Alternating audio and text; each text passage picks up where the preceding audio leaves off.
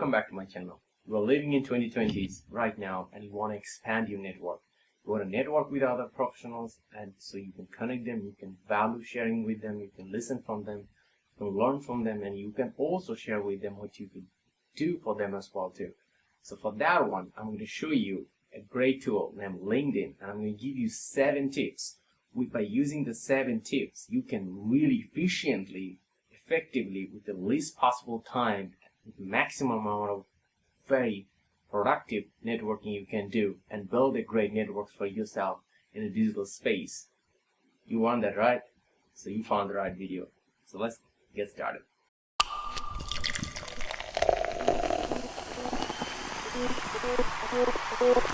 When you want to come to networking, even if sometimes you get nervous, you felt like it's been hard for you to meet a new people when you never met before. But with this tool in LinkedIn, you can very easily network with anyone. Such an example, you can use it as your first levels of networking. Like you can sort the people out who you really wanted to network, and then you can connect them first in digital space by using the LinkedIn app, and then you can bring it to the real life. And then you are much more comfortable because you already sort them out, and already you know them a bit, and they also know about you already too. So you will be much more comfortable.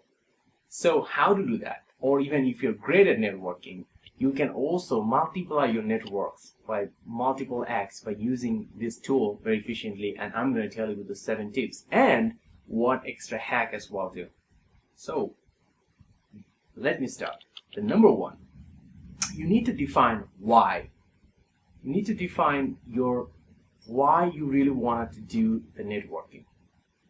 There is a tons of goal out there, and you need to define that. What is exactly your why to do networking?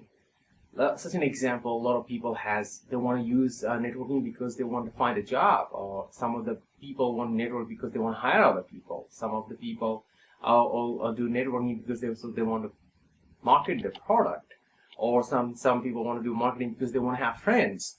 So that is why I'm saying that one. Before start to decide, you need to define the right why, because there's a lot of people out there, they don't define a why and start to do network, and it's definitely a very waste of time, because you are going somewhere with that networking with that people and so on, where you don't know, and you don't know what message you want to get and what message to you, because the message you really want to convey only define some sort of people. So that is actually number 2.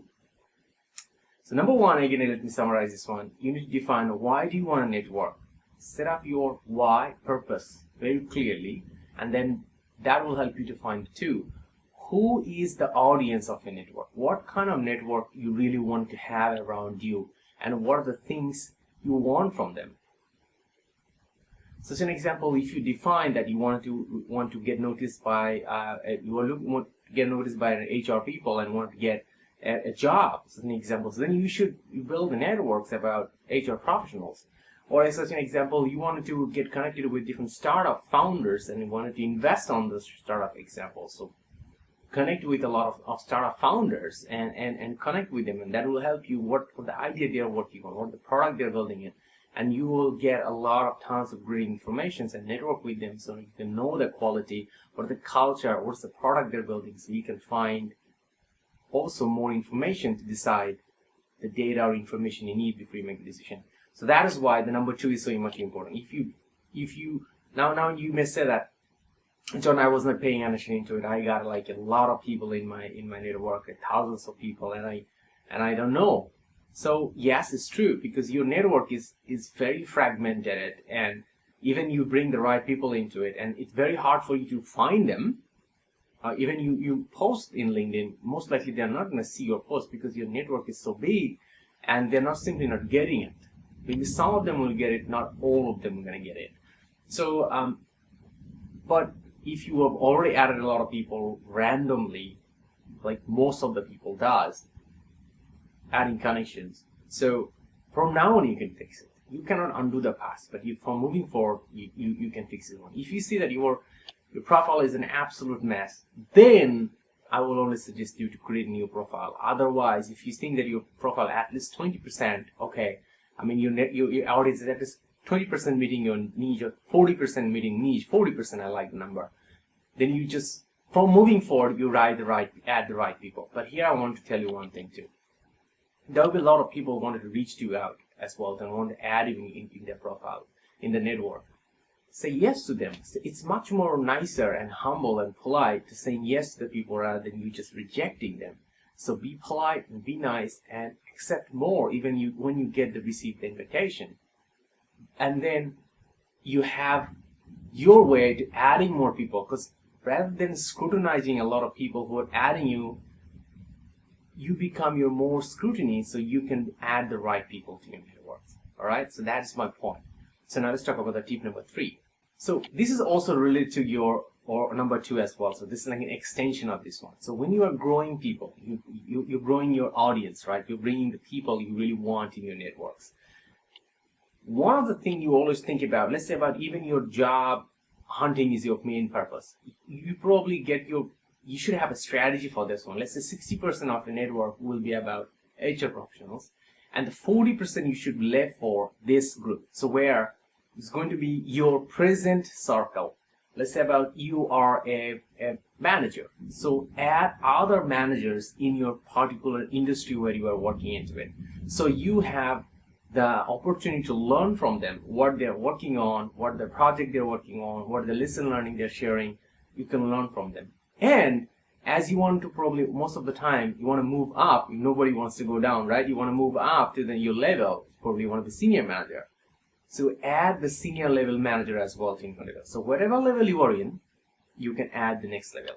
But now you say that, oh John, I'm a CEO already. What I should do? If you're a CEO, great. Add other CEO who are having a more bigger company than you. If you are a CEO of 100 people, add the people who have 200 people, 500 people, 1,000 people. Then you add them in.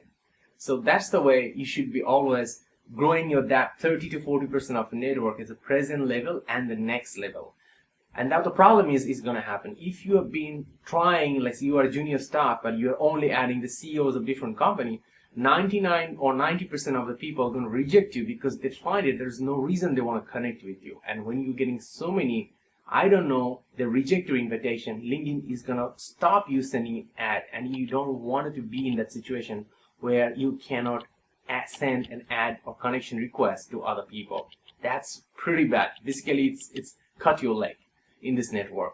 So do not make that mistake. All right. So now let's move to the tip number 4. So now let's say you already connected with some people. All right. And now you added them with the right audience. So now rather than just sending out a blushing message, you should send it up a really good question. This is something very important.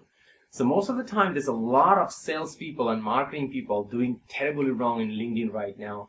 They add you and immediately they're going to send you something about their company. That is a hell no. With that, nobody actually, probably 1% or 2% can sell, and that's such a big amount of time and effort they waste by sending so many messages, and more importantly, they just simply lose the relationship. When somebody add you in the network, means that person give you an opportunity to build the relationship with the person. So build the relationship. How do you build the relationship, right? To build a relationship, what do you need to do? You need to know about each other, right? So you add somebody and they accepted your connection request. So now what are you going to do? You're going to go to their profile, look at their profile, and based on their profile, you will see what is their experience, what project they're working on, and ask something good question related to their background, these projects, and their backgrounds. That shows that you are interested about the person. Then the person is going to reply you something about the information, and probably they're going to ask you back as well too. And if that does, I'm now going to tell you the two things going to happen. When you do that, one group I'm going to reply you and going to ask you back. Great, so you found the right people to network right now. This person is the ideal person to network.